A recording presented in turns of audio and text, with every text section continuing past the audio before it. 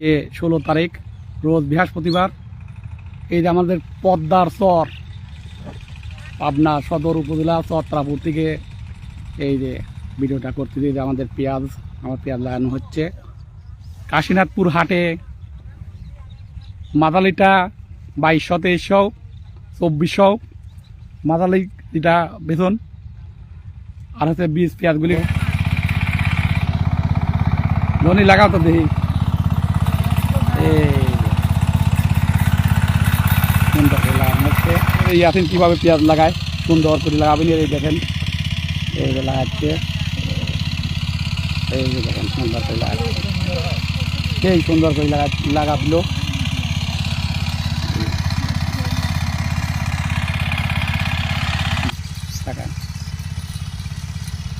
এই যে আমাদের হিলাল কাকুর ছেলে ইয়াসিন, এও বড় হলি পরে একটা মাস্টারই হবে সম্ভবত।